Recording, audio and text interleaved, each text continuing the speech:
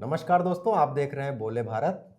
UP की सुर्खियों के इस बुलेटिन के साथ मैं अनुराग, हमारे साथ बातचीत के लिए मनीष। नमस्कार। मनीष, ईरान अमेरिका की जंग का असर अब भारत पर भी दिखने लगा है बिल्कुल। और पूरे यूपी में लगभग गैस एजेंसियों के बाहर कतारें लग रही हैं और कमर्शियल गैस सिलेंडर लोगों को नहीं मिल रहे हैं।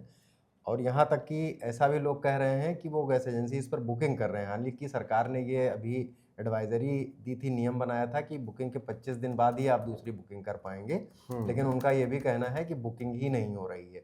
इस बात ने थोड़ा सा लोगों को और भी घबरा दिया है। और इसके ये है कि ईरान अमेरिका में युद्ध चल ही रहा है और $100 पार कर गया है कच्चा तेल। हाँ। हार्मूज स्ट्रेट का रूट प्रभावित है और उससे बिल्कुल। गैस तो देश में कमा ही रही है। भारत ही क्या, यूरोप, सारे दुनिया में ही ये संकट बिल्कुल है। बिल्कुल। लेकिन ये परेशानी बढ़ गई है और अब ये पब्लिक के उस लेवल पे पहुंच गई है जो युद्ध या उससे जुड़ी खबरों पर कोई वैसी रुचि नहीं रखता है, लेकिन अब वो तो रसोई पर संकट आने की जैसे उनको लग रहा है। देखिए, अब कुछ तथ्य ऐसे हैं जिनके बारे में लोगों को जानकारी नहीं थी, लेकिन अब जानकारी हो रही है। मसलन कि पहले ये नियम था कि महीने में 2 घरेलू सिलेंडर आप बुक कर सकते हैं, यानी अमूमन 15 दिन में एक सिलेंडर आप बुक कर सकते थे। उस समय सीमा को 10 दिन बढ़ा दिया गया है। 15 दिन के बजाय अब उसे 25 दिन कर दिया गया है, यानी कि एक बुकिंग आज आपने की तो फिर आज के 25 दिन के बाद दूसरी बुकिंग कर सकते हैं, जबकि पहले 15 दिन का नियम था, या महीने में 2 बुकिंग आप कर सकते थे। इसमें कोई दो राय नहीं है कि गैस की किल्लत और इससे जुड़ी हुई समस्याएं आने लगी हैं। हाँ, स्थिति अभी कंट्रोल में है। मसलन कि मैं अपना व्यक्तिगत बताऊं तो मैंने सैटरडे को गैस की बुकिंग की थी और मेरे पास मंडे को गैस आ गई थी। लेकिन ये बात लखनऊ की है, गोमती नगर की है। जरूरी नहीं कि ऐसा हर जगह हो। नहीं, लखनऊ में भी ये सामने आ रहा है कि लखनऊ में भी शॉर्टेज है। मैं आपको बताऊं, शॉर्टेज के साथ शॉर्टेज क्यों हो जाती है, इसका एक कारण भी मैं बता रहा हूं। मैं ये नकार नहीं रहा हूं कि गैस से संबंधित प्रॉब्लम नहीं है, लेकिन जैसा कि गैस डिलीवरी बॉय से जो मेरी बात हुई, उसने बताया कि सर बहुत भीड़ हो रही है जहां ट्रक से सिलेंडर उतरता है। इसके अलावा बुकिंग कराने वालों की बहुत कॉल आ रही है और सिलेंडर पहुंचा दीजिए, इसकी बहुत कॉल आ रही है। बिल्कुल, वो जो जहां पर डिस्ट्रीब्यूट करते हैं ले जाके सिलेंडर, वहां पर लंबी लाइन कतारें लगी। अब आपको बताएं कि वो शॉर्टेज अभी क्यों दिख रही है। वाकई में शॉर्टेज अभी नहीं है। वो शॉर्टेज इसलिए दिख रही है क्योंकि सप्लाई तो उतनी ही आ रही है, लेकिन अचानक से मार्केट में मांग बढ़ गई है। और आशंका ने इस बात को और बढ़ा दिया है कि गैस का संकट होगा। अमूमन 2 सिलेंडर तो सबके पास होते ही है, बहुत लोगों के पास 3 भी होते हैं। जो अभी मेरी, जैसे आप ये कह रहे थे तो मुझे भी एक सज्जन ने बताया ये कि वो कमर्शियल सिलेंडर इस्तेमाल करते हैं। उनका कुछ खाने पीने की दुकान जैसा काम है, तो उन्होंने कहा कि उनको औसतन रोज जो है 3 या 4 सिलेंडर लेते थे, लेकिन उन्हें मिल नहीं पा रहा है। उन्हें एक ही सिलेंडर मिला है। नहीं, कमर्शियल सिलेंडर पे तो बहुत समस्या गंभीर हो रही है। और इसका असर वो है कि जो जिनके बड़े रेस्टोरेंट या बड़ा सिस्टम है वो तो किसी तरह से मैनेज कर रहे हैं, ब्लैक चल शुरू हो गई। बिल्कुल बिल्कुल, ब्लैक शुरू हो गई। तो जो पटरी दुकानदार वगैरह सिलेंडर लगा के बेचते हैं उन्हें मिलने में मुश्किल हो रही है और आगे शायद और बढ़े। लेकिन अभी ये बात सही है कि अभी चूंकि युद्ध के 2-3 दिन हुए हैं, सप्लाई प्रभावित भी 2-3 दिन हुए, आगे क्या होगा नहीं कहा जा सकता। लेकिन अभी एलपीजी का ऐसा स्टॉक का कोई संकट नहीं है, तो इसमें घबराने जैसी कोई बात नहीं है। यदि तसल्ली रखेंगे तो व्यवस्था स्मूथली चल जाएगी। लेकिन अनुराग, एक और चीज जो चर्चा में बहुत तेज है वो है पेट्रोल डीजल के दाम में बढ़ोतरी की बातें लोग करने लगे हैं कि कब बढ़ोतरी इसमें हो जाए। देखिए, अभी आपने जो कहा मैं उसी पॉइंट पे आने वाला था। कल ये संसद का सेशन चल रहा है, बजट सत्र का दूसरा फेज। तो सरकार ने कहा था, इंडियन ऑयल कॉर्पोरेशन ने बाकायदा विज्ञप्ति जारी करके कहा था कि किसी तरह कोई संकट नहीं है तेल वगैरह का। लेकिन कल विदेश मंत्री जयशंकर ने वहां कहा कि ये युद्ध चल रहा है तो हो सकता है कि जो सप्लाई चेन है उस पर कुछ असर पड़े। तो इस बयान के बाद कल शेयर बाजार वगैरह सब लड़खड़ाए थे, लोग अखबार वगैरह तो देखते ही हैं। तो इसने गैस की और पेट्रोल की पूरे सर जगह, आप अगर 4 लोगों की जहाँ बातचीत होती है वहाँ चर्चा कर रहे हैं कि तेल के दाम बढ़ने वाले हैं। तो ये देखिए कब तक सरकार मैनेज करती है ये। लेकिन 31% कच्चे तेल के दाम बढ़ गए हैं। तो जाहिर सी बात है कि रिफाइनरियां अगर नया स्टॉक लेंगी तो उन्हें महंगा पड़ेगा। और रूस जो थोड़ी बहुत छूट देता था, अभी तो खैर रूस से खरीद रहे हैं तेल, उसने भी अब अपने पुराने रेट पे ही देने की बात कही है, तो इस समय कच्चे तेल कंपनियों को तेल की खरीद महंगी पड़ रही है। बिल्कुल। बाकी युद्ध ने तो बढ़ा ही दिया है, बिल्कुल। तो हो सकता है डीजल पेट्रोल पे भी इसका असर दिखे। हम्म। एक मनीष और आएंगे कि आज जो चर्चा, ये गैस किल्लत तो थी ही सबसे ज्यादा, धुंध जैसी छाई हुई है।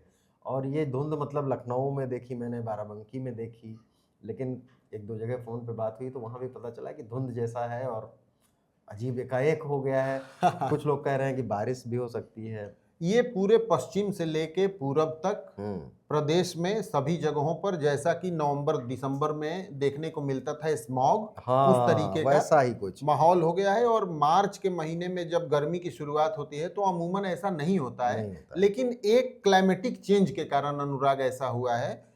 मौसम विभाग में जो लखनऊ में वैज्ञानिक हैं अतुल सिंह, उनसे मेरी बात हुई तो उन्होंने इसको बहुत अच्छे से समझाया। उन्होंने कहा कि वायुमंडल में जो सबसे निचली परत है, यानी धरती के जो सबसे करीब परत है, वहां पछुआ हवाओं के कारण नमी आ गई है। ओहो। और उस नमी के कारण जो वेपर होता है वो थोड़ा कंडेंस हो गया है। कंडेंस हो गया, इसलिए वो हाँ, इस वजह से वो धुंध का रूप, क्योंकि जो हमारा सब कुछ रिलीज हो रहा है धरती से, चाहे वो डस्ट के फॉर्म में हो या हाँ, धुएं वो के एक फॉर्म में हो, यूं समझा देते हैं सरल भाषा में कि एक लेयर हाँ, सी बन गई है, जिसकी लेयर वजह सी से बन ऊपर गई है। नहीं हाँ जा हाँ पाए। हाँ, एक मॉइस्चर की लेयर बन गई है, इसलिए धूल धुआं इन सब चीजों को वायुमंडल में रिलीज होने का मौका नहीं मिल रहा है। तो उस लेयर और पृथ्वी के बीच में, यानी सतह के बीच में ही वो रुक जा रही रुक है, जा रहा है, इसकी जैसा वजह कि से जाड़े की शुरुआत के समय होता है। वही मुझे आपने स्मॉग शब्द इस्तेमाल किया, मुझे वही याद आ हाँ। गया कि ठंड में तो ऐसा देखने को मिलता था। हाँ। और उसके कारण भी लेकिन चर्चा होता था। टेम्परेचर में कोई कमी नहीं टेम्परेचर आएगी। में बिल्कुल हाँ। कमी नहीं है, बल्कि थोड़ी सी उमस जैसा भी है आज। हाँ, टेम्परेचर में कमी नहीं होगी। ये जरूर है कि तो मनीष ये कै दिन रहेगा, राहत मिल ये जाएगी? 4-5 दिन अनुराग रह सकता है। और 15 मार्च से सेंट्रल यूपी और पूर्वी यूपी के कुछ जिलों में हल्की फुल्की बारिश देखने को मिल सकती है। जो सामान्य चर्चा थी हाँ, उसमें यही बात थी, तभी बिल्कुल, खत्म होगा जब बारिश बिल्कुल, होगी। बिल्कुल। तो यूपी कैबिनेट की बैठक है, हो रही है। इसमें भी चुनावी साल है, क्या हो ये तो कैबिनेट की बैठक के बाद पता चलेगा। लेकिन इसमें एक दो प्रस्तावों पर चर्चा है कि दो बात करी जा सकती हैं कि अब छोटे शहरों में भी आपको हो सकता है हाई राइज बिल्डिंग देखने को मिले, ग्रुप हाउसिंग सोसाइटी को अपार्टमेंट्स बनाने की अनुमति मिल सकती है। उसके लिए सरकार नियमावली वगैरह दिखवा रही है, डीएम की अध्यक्षता में कुछ बनेगा। हाँ, कमेटी और जो बनेगी। भी वहाँ पर जो इकाइयाँ होती हैं अर्बन डेवलपमेंट की, आवास विकास वगैरह, वो उसको कैसे मैनेज करेंगे, पूरा प्रारूप आ जाएगा। दूसरा ये है कि शेयर बाजार में अगर आप इन्वेस्ट करते हैं और गवर्नमेंट एम्प्लॉय हैं और 6 महीने से ज़्यादा के शेयर खरीद रखे हैं, आपकी तनख्वाह मान लीजिए 50,000 है और आपने 3 लाख से ज़्यादा के शेयर लिए हैं, तो अब सरकार को भी बताना पड़ेगा। बाकी जरूर चुनावी साल है, कुछ और भी बातें होंगी, तो ये देखिए जो अब जब कैबिनेट की बैठक होगी उसमें कुछ न कुछ इलेक्शन से जुड़े हुए डिसीजन आते रहेंगे। और चूंकि हर मंगलवार को ये यूपी में तय है, मंगलवार का दिन कैबिनेट बैठक के लिए, गाहे बगाहे कभी किसी वजह से दिन बदल जाए तो अलग है, तो मंगलवार को कैबिनेट की बैठक हुआ ही करती है। आज भी कैबिनेट की बैठक मंगलवार को हुई और इसमें तमाम फैसले लिए गए हैं। अब जो आपने हाई राइज बिल्डिंग की बात की है, ऐसा छोटे शहरों में भी ये अच्छी पहल है जिससे कि हमारी जमीन बच सके। और खेती की जमीन पे जो मकान बनता जा रहा, खेती की जमीन जो तंग होती जा रही है, उसके लिए ये अच्छी पहल है। अब आगे जैसे भी हाँ बने, देखिए वर्टिकल ही सोल्यूशन है कि इतने लोगों की आबादी को हर को घर देने के लिए अफोर्डेबल हो। लखनऊ में एक अपराध की घटना हुई है जो दिल दहला देने वाली है। मोहनलालगंज इलाके में एक माँ बेटे रहते थे, बेटा उनका नेत्रहीन था, दिव्यांग था, वो देख नहीं सकता था, 18 साल का था, और दोनों की रात में किसी ने हत्या कर दी और हत्या बहुत नृशंस तरीके से की गई है। बेटे को पानी के टब में डुबो कर मारा गया है।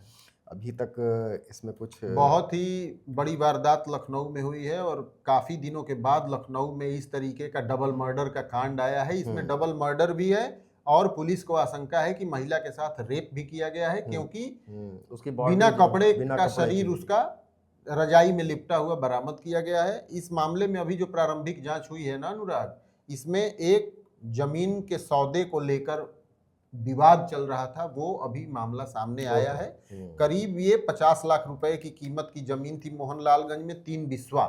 और आप देखिए लखनऊ के जितने भी आउट स्कर्ट्स हैं, ऐसे ब्लॉक हैं, तहसीलें हैं, मोहनलालगंज हो गया, मोहान हो गया, यहाँ पर शहर फैल रहा है, तो जमीन की कीमतें आसमान पे हैं। हर जगह, तो हर अभी जगह। ये भी इस मामले में आ रहा है कि एक व्यापारी नेता से महिला का जमीन को लेकर विवाद चल रहा था। पुलिस इस मामले में जांच पड़ताल कर रही है, लेकिन बड़ी बात यह है कि लखनऊ में इस तरीके का डबल मर्डर हो और मर्डर के इतने घंटों बाद भी जब हम इस खबर पे चर्चा कर रहे हैं तब तक कोई गिरफ्तारी नहीं हुई। हुई तो है। ये एक बड़ी बात। गिरफ्तारी नहीं हुई, कोई बहुत सब ठोस क्लू भी नहीं मिला है। बिल्कुल बिल्कुल।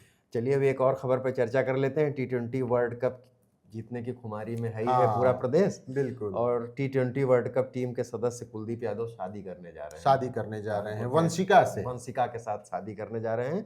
वंशिका उनके साथ बचपन से ही पढ़ती थी, मतलब पुराना परिचय है दोनों लोगों में। और ये शादी होगी, इसके लिए उनके पिता ने सीएम योगी को भी निमंत्रण दिया है। दोनों कानपुर के ही रहने वाले हैं। हाँ, लेकिन इसमें एक बात मुझे थोड़ी खटक गई। अब किसी के शादी के मौके पे ऐसा तो नहीं कहना चाहिए, लेकिन कुलदीप यादव और वंशिका दोनों कानपुर के रहने वाले हैं। महाराज जी को उन्होंने शादी में आने का न्योता भी दे दिया, लेकिन ब्याह करने मसूरी जाएंगे, डेस्टिनेशन वेडिंग। हाँ। अरे यूपी में ही कोई खोज लेते भाई। अब यूपी के सेंट्रम होटल में हर रिसेप्शन देंगे। रिसेप्शन महाराज देखिए, भोज तो आप पूरे देश में करिए, इससे अच्छी क्या बात है। नहीं तो आजकल तो मनीष चला है, क्रिकेटर्स वगैरह की शादी में तो चला ही है कि 5, 10, 15 लोगों के साथ शादी करेंगे और रिसेप्शन में बुलाएंगे। तो सब क्या कर सकते हैं, डेस्टिनेशन वेडिंग। अरे कानपुर के ग्रीन पार्क में ब्याह कर लेते, क्या दिक्कत है? वहाँ क्रिकेट मैच तो हो नहीं रहा है, शादी ब्याह के लिए ही खोल दिया जाए उसे। चाइना मैन बॉलर जो है अब साथ, फिर भी दोनों को बहुत बहुत बधाई, बहुत बहुत बधाई दोनों को। कुलदीप यादव विश्व कप टीम के सदस्य। और अनुराग, एक चीज और, फाइनल मैच के बाद जितनी तस्वीरें पब्लिक प्लेटफॉर्म पे आई हैं, मुझे तो लगता है कि अगले 6 महीने में बहुत सारे क्रिकेटर शादी करेंगे या दूसरी शादी करेंगे। ईशान किशन, हार्दिक पांड्या भी लाइन में हो सकते हैं। बिल्कुल बिल्कुल बिल्कुल। तो इसी कुलदीप यादव के इस खबर के साथ यूपी की सुर्खियों के इस बुलेटिन को आज विराम देते हैं। कल फिर मिलेंगे नई सुर्खियों के साथ। नमस्कार, धन्यवाद। देखते रहिए बोले भारत। नमस्कार।